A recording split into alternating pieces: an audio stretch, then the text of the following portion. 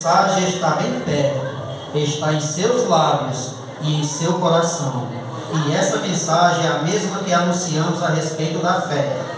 Se você declarar com sua boca que Jesus é Senhor e crer em seu coração que Deus o ressuscitou dos mortos, será salvo. Pois é crendo de coração que você é declarado justo, e é declarando com a boca que você é salvo. Como dizem as Escrituras, quem confiar nele jamais será envergonhado. Nesse sentido, não há diferença entre judeu e gentil, uma vez que ambos têm o mesmo Senhor, que abençoa generosamente todos que dele invocam. Pois todo aquele que invocar o nome do Senhor será salvo. Mas como poderão invocá-lo, não crendo nele? E como crerão nele, se jamais tiverem ouvido falar a seu respeito? E como ouvirão ao seu respeito, se ninguém lhes falar? E como alguém falará, se não for enviado?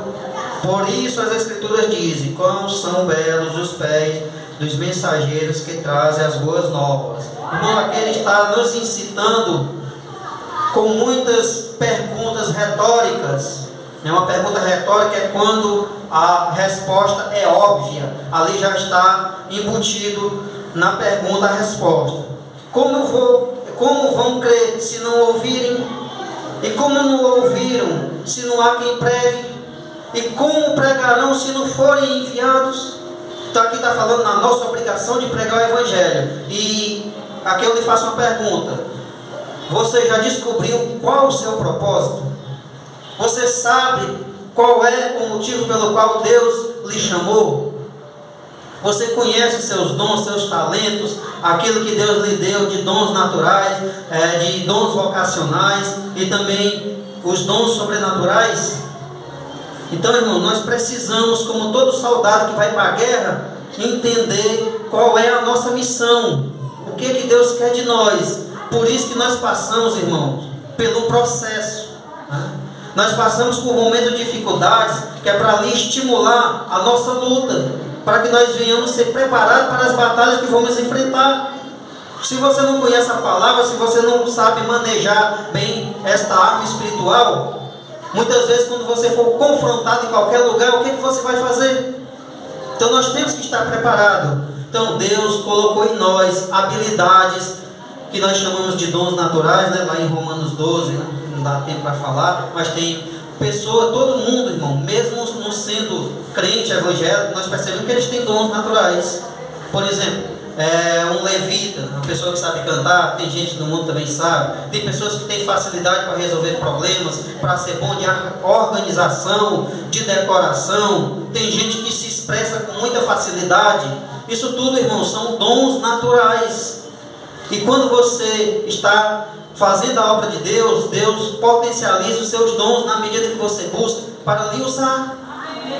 Existem também os dons ministeriais, está lá em Efésios 4:11, quando o apóstolo Paulo diz que Deus chamou uns para apóstolos, outros para profetas, outros para evangelistas, outros para pastores e outros para mestres.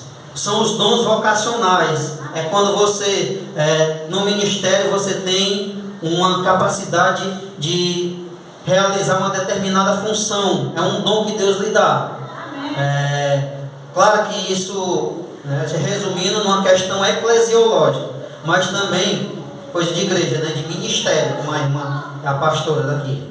Então, mas você pode usar seu dom vocacional lá no seu ambiente de trabalho, na sua família, na sua vizinhança. Você não pode desperdiçar este dom, irmãos.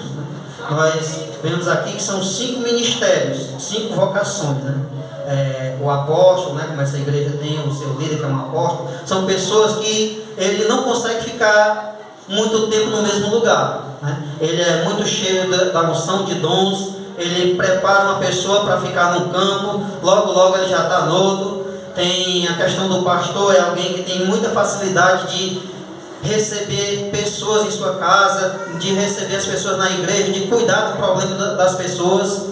O evangelista, ele é um ganhador de alma. Ele não consegue estar muito tempo no mesmo lugar. Ele sempre está fora da igreja, pregando ou nas ruas, ou numa vigília, ou em outra igreja. Ele sempre está a pregar o evangelho. Ele é um ganhador de almas. E o pastor é um cuidador das almas, né? O pastor é quem aconselha, né? Muitas vezes ele diz que ele ouve muito problema das pessoas, mas quase não tem para quem contar os seus, né? Porque, né, é o dom que Deus deu, ministerial. Tem aqueles que são mestres, que têm facilidade de aprender, são muitos autodidatas e, em consequência, ensinam com muita facilidade. Ele fala que dificilmente a gente tem dúvida. O que eu estou explicando, irmãos, para nós entendermos quais são os nossos chamados, qual é o nosso propósito. E tem os dons espirituais, que está lá descrito em 1 Coríntios, no capítulo 12, e vai até o 14. E estes dons espirituais, aí já é um pouco diferente. Você adquire ele buscando. Quando você ora, jejua, deseja ter os dons para fazer a obra de Deus, o Espírito Santo lhe concede, lhe dá aquela unção, né? Por isso que você tem que buscar, porque o dom, ele tem que ser usado com sabedoria. E o interessante dos dons, né, que parece algo assim espetacular, maravilhoso, mas ele não serve a quem tem o dom. O dom, ele serve ao próximo. Se eu sou usado no dom de curar, eu vou orar pelo irmão e ele vai ser curado. Eu até escuto um pastor que explica sobre esses dons e diz que quando ele está usado na unção de cura, que ele ora, a igreja toda que chega perto dele, ele toca, a pessoa é curada. Aí ele estava sentindo uma dor na lombar e disse: eu vou ver se funciona comigo. Colocou nas costas aqui e orou e nada aconteceu. Aí depois ele orando, perguntando ao Senhor, o Espírito Santo revelou a ele: que é para tu saber que tu é apenas um instrumento. O dom não é para te exaltar, o dom é para tu usar para o ministério. Então, irmãos, não tem como a gente ser exaltado os dons que Deus nos dá, porque Ele nos deu como ferramentas para nós usarmos na obra do Senhor.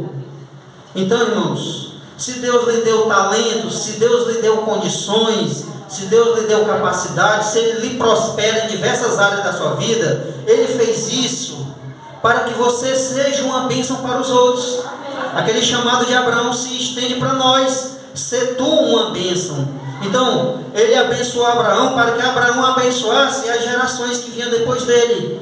E assim, você vem para a igreja, é edificado, é fortalecido, é curado, é transformado, é moldado, é instruído em tudo, para que você vá ganhar vidas para Jesus, almas para Jesus. Você tem que ter estratégia, sabedoria de Deus. Não, a sabedoria humana não ajuda muito nessas horas. É quando Deus lhe capacita e fortalece. Então, você tem um propósito, Deus quer lhe usar. Então, Ele não usa também o preguiçoso, não. Ele usa quem busca. Ele usa quem conhece. Tem pessoas que pedem, às vezes, para o pastor orar, para ele aprender as escrituras, né? Mas ele nunca pega ela e começa a folhear e ler e tentar entender. Então, Deus não ajuda preguiçoso. Eu sempre falo na questão da prosperidade, que prosperidade é você ser bem sucedido em todas as áreas da sua vida. Prosperidade não é só ter dinheiro, é você ter ausência de necessidades, é você ser bem com a sua família, no seu trabalho, com seus vizinhos, na obra de Deus. Tudo isso é prosperidade. Só que eu sempre uso uma parábolazinha, que é a parábola do agricultor. Até porque a gente anda em ambiente rural, fica mais fácil da pessoa entender, né? Porque Deus não vai fazer por você aquilo que você pode fazer, né? O agricultor, ele prepara o solo, ele planta uma semente de milho, aquela semente, né, vai germinar, vai crescer e vai dar ali umas espigas. Se você for plantar a quantidade de sementes que surgiu a partir só do que foi plantada, é muito, né? Mas Deus não vai fazer aquilo que você pode, não. Ele não vai limpar o terreno para você, não vai plantar a semente para você e nem vai colher para você. Mas aquilo que você não pode fazer, Deus faz. Você não pode fazer a semente germinar, nem a planta crescer, nem frutificar. Mas Deus pode e Ele faz. Então, meus irmãos, na obra de Deus é do mesmo jeito. Quando Deus lhe chama e lhe capacita, existe uma contrapartida que vem de sua parte, de querer fazer a vontade de Deus, de se preparar, de pagar o preço, de renunciar ao mundo, de viver para Ele, de saber, irmãos, que aqui tudo é passageiro, que nós vamos ganhar a recompensa, é a eternidade. Você imaginar passar a vida, você passar a eternidade com Deus, vivendo as bênçãos do Senhor. Então, meus irmãos, essa reflexão aqui foi para que os irmãos entendam o quanto nós precisamos nos preparar para a obra de Deus. Nós não viemos para o mundo só para enfeitar o mundo, não, só para ficar um sentado, um aqui e outro ali, como se fossem flores de um jardim, não. Não vieram aqui só para espalhar beleza, não. Vieram para executar uma função de transmitir os valores cristãos, os valores de Cristo, aquilo que Cristo fez. Ele disse que nós íamos fazer obras maiores ainda do que Ele, mas nós temos que nos permitir ser usado por Ele, e isso nós adquirimos mediante a busca. Quanto mais nós buscamos no Senhor, mais temos dele, para que nós venhamos a cumprir o ID dele, quando Ele diz aqui, né, que como vão ouvir se ninguém prega, e como vão pregar se eles não foram enviados? Irmão, quantos homens de Deus, missionários, vocacionados, estão aí no mundo afora, na África, na Ásia, no Oriente Médio, pregando o Evangelho, passando duras penas, sofrendo, e muitos deles estão voltando para casa. Sabe por quê? Porque a igreja que estava aqui, que é para estar intercedendo, orando e mandando providências, a grande maioria não está cuidando dessa parte, porque eles precisam se alimentar, sobreviver, e às vezes a igreja não está fazendo isso, e eles estão deixando de pregar o Evangelho e voltando para casa para não morrer de fome. Então, essas pessoas são enviadas, mas o trabalho dele não se resume só a eles mesmos, não. A igreja que está aqui está mantendo eles lá. Então é assim, por isso que ele diz: como vamos pregar se não fomos enviados? Então nós precisamos descobrir os nossos dons e talentos e fazer a obra de Deus e ajudar aqueles que fazem. Então, irmãos, que eu já encerro as minhas palavras, agradeço, né, a oportunidade em nome de Jesus. Como disse a pastora, né, Deus me deu essa graça, que até hoje não caiu a ficha, né, de ter escrito um livro. Mandei para a editora, era para ser só que é um devocional. O nome dele é Devocional Caminhando com Cristo, onde você encontra de Mateus a Apocalipse, cada um dos 260 livros da Bíblia, capítulos do Novo Testamento, está lá feito uma introdução, onde eu explico de forma panorâmica o propósito daquele capítulo. Tem uma reflexão para você entender, meditar sobre o assunto. Tem uma aplicação que ensina você a aplicar na sua vida, e no final ainda tem uma oração que lhe ajuda no seu momento de devocional. O dia tem 24 horas, irmãos. Será que a gente não é capaz de dar menos meia horinha para Deus? E se você fizer isso ao amanhecer do dia, eu garanto que o seu dia vai ser bem melhor. Então, irmãos, é isso o incentivo que eu dou para os irmãos, que busquem ler e aprender mais a palavra de Deus, que vocês são soldados de Cristo, preparados para pregar o Evangelho. Amém. Eu agradeço.